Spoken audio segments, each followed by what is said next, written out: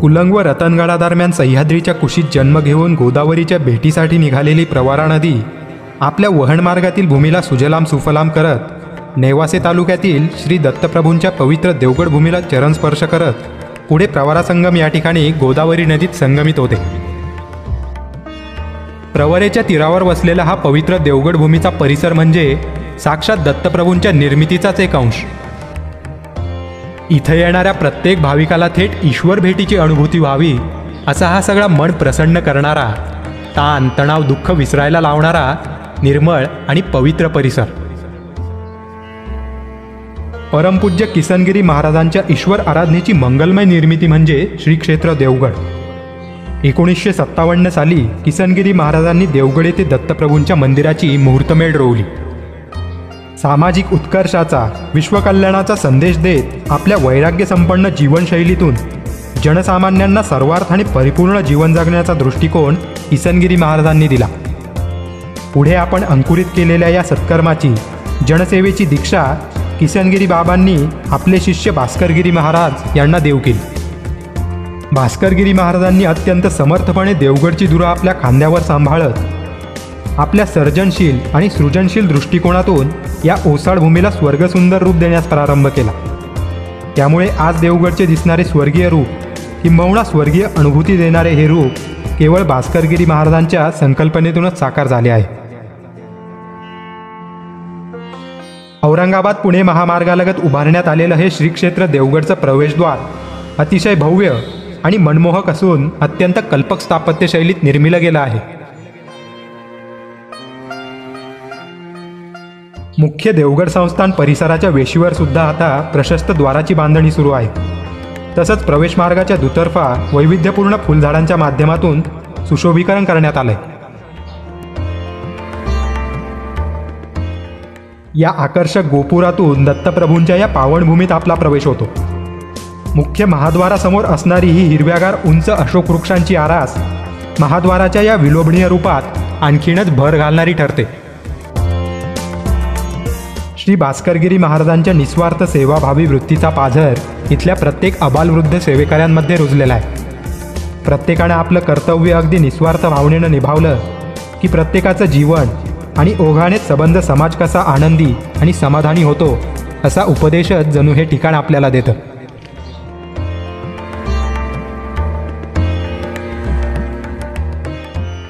देवगडला भेट देणाऱ्या भाविकांची संख्या तशी प्रचंड, परंतु तरी देखील या ठिकाणी कुठेही कचऱ्याचा कणही दृष्टीस पडत नाही। आणि याचं मुख्य कारण म्हणजे नियोजनबद्ध व्यवस्थापन आणि सेवेकऱ्यांमध्ये रुजलेला निस्वार्थ सेवाभाव आणि शिस्त। त्यामुळे आपसुकच इथल्या परिसरातलं वातावरण नेहमी अगदी प्रसन्न आणि रमणीय असतं। आपल्या आचरणातूनच आपली ईश्वरभक्ती दिसून येते असा अप्रत्यक्ष संदेशच इथल्या वातावरणातून प्रतिबिंबित होतो।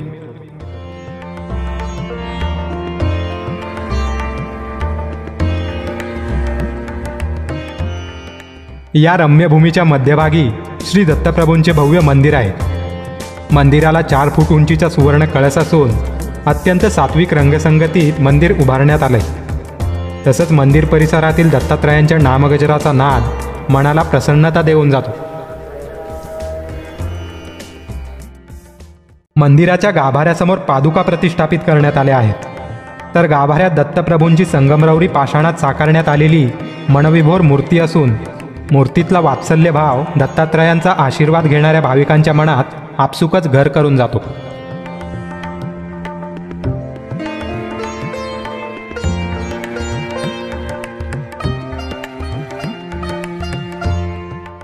मंदिराची आतील बांधणी आणि ठेवण अत्यंत कल्पक आणि विलोभनीय पद्धतीनं करण्यात आली आहे। त्यामुळे साहजिकच अशी मनोहरी रचना भक्तांना नक्कीच प्रफुल्लित करते।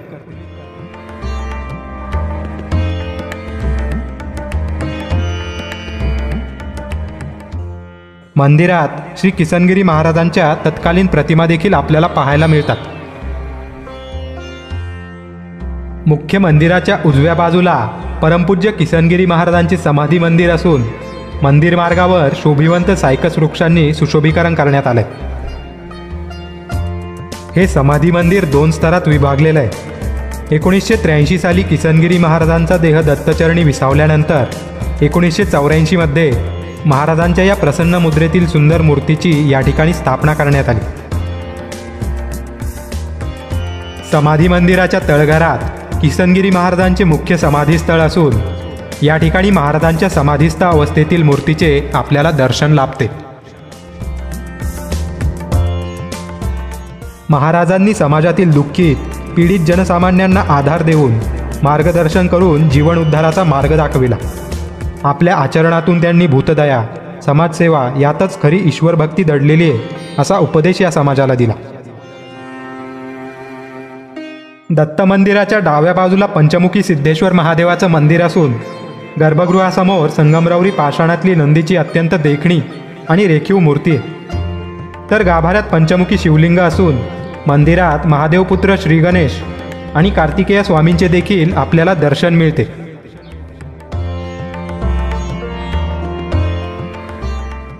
श्री किसनगिरी महाराजांच्या स्पर्शाने पुनीत झालेल्या त्यांच्या तत्कालीन वापरातील विविध वस्तूंचा संग्रह या गुरुभवन वास्तूमध्ये करण्यात आला आहे.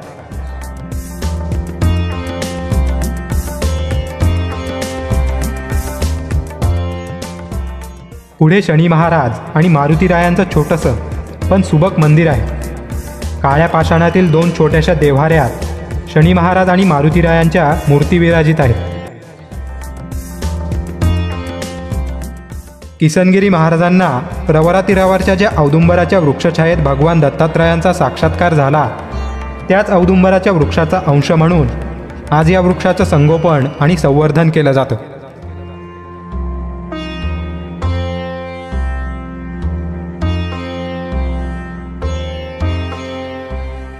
परिसरातच नवनाथांचं मंदिर असून आतमध्ये नवनाथांच्या मूर्ती स्थापित करण्यात आल्या आहेत. दत्त मंदिराच्या डाव्या बाजूला अजान वृक्षांची बाग आहे. श्री ज्ञानेश्वर माऊलींनी देखील समाधीसमयी अजान वृक्षाची काठी सोबत बाळगली होती व पुढे त्यापासूनच नवीन अजान वृक्ष वाढला अशी आख्यायिका सांगितली जाते. त्यामुळे वारकरी संप्रदायात अजान वृक्षाला विशेष महत्त्व आहे. त्यामुळे आजही या ठिकाणी अनेक भक्त या वृक्षांच्या छायेत ज्ञानेश्वरीचे गुरुचरित्राचे पारायण करतात. दत्तप्रभूंच्या या पवित्र भूमीत विपुल प्रमाणात वृक्षसंपदा असून प्रवरेच्या तीरावर प्रशस्त घाट बांधण्यात आलेत आणि सोबतच नौकाविहाराची देखील या ठिकाणी सुविधा आहे. चित्तवेधी स्थापत्य, शुद्ध, स्वच्छ आणि पवित्र वातावरण आणि सोबतीने निसर्गरम्य परिसर यामुळे हे स्थान जितके पवित्र, सात्विक तितकेच प्रेक्षणीय देखील आहे. श्री भास्करगिरी महाराजांच्या मार्गदर्शनाखाली विकसित झालेल्या या परिसरात संस्थानामार्फत प्रशस्त भक्तनिवास उभारण्यात आले. तसंच विविध उत्सव काळातील भोजन प्रसादासाठी देखील विशेष सुविधा उपलब्ध करण्यात आल्या. देवगड संस्थानाच्या माध्यमातून या ठिकाणी विद्यालय, गोशाळा असे वैविध्यपूर्ण सामाजिक उपक्रम देखील राबविले जातात. भूलोकीचा स्वर्ग अशी ख्याती असलेल्या श्री क्षेत्र देवगड येथील सर्वात मोठा उत्सव म्हणजे नयनरम्य आणि मंगलमय वातावरणात पार पडणारा श्री दत्तजयंतीचा भव्य दिव्य सोहळा. दत्त मंदिराच्या प्रांगणात भास्करगिरी महाराजांच्या शुभहस्ते तसेच संत महंत आणि लाखो भाविकांच्या उपस्थितीत याची देही याची डोळा अनुभवावा असा हा अभूतपूर्व दत्तजयंती सोहळा अत्यंत प्रासादिक वातावरणात दरवर्षी संपन्न होतो. श्री क्षेत्र देवगडची आणखी एक विशेष ओळख म्हणजे दरवर्षी अत्यंत मंगलमय, स्वच्छ, शिस्तबद्ध आणि पवित्र वातावरणात पंढरीच्या दिशेने प्रस्थान ठेवणारा आषाढवारीचा पायी दिंडी सोहळा. वारकरी संप्रदायाची पताका हाती घेत हजारो वारकरी या दिंडी सोहळ्यात सहभागी होतात. आपल्या नियोजनबद्ध आणि वैशिष्ट्यपूर्ण उपक्रमांमुळे संबंध महाराष्ट्रात प्रसिद्ध असलेल्या या दिंडी सोहळ्यातील वारकरी अत्यंत स्वच्छ आणि शिस्तबद्ध पद्धतीने पंढरीच्या दिशेने मार्गक्रमण करतात. देवगड संस्थानाच्या वतीने दिंडी मुक्कामाच्या गावात समाजहिताचे, जनसेवेचे विविध उपक्रम देखील राबविले जातात.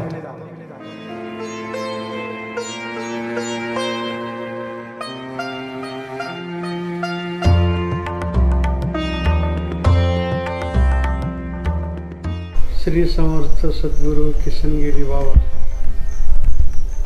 यांची जन्मभूमी गोदेगाव हे प्रवरा नदीच्या तीरावर असलेलं एक गाव आहे. त्या गावामध्ये बाबांचा जन्म 1907 साली झाला. बाबा शबरी समाजामध्ये अवतीर्ण झालेला असल्यामुळं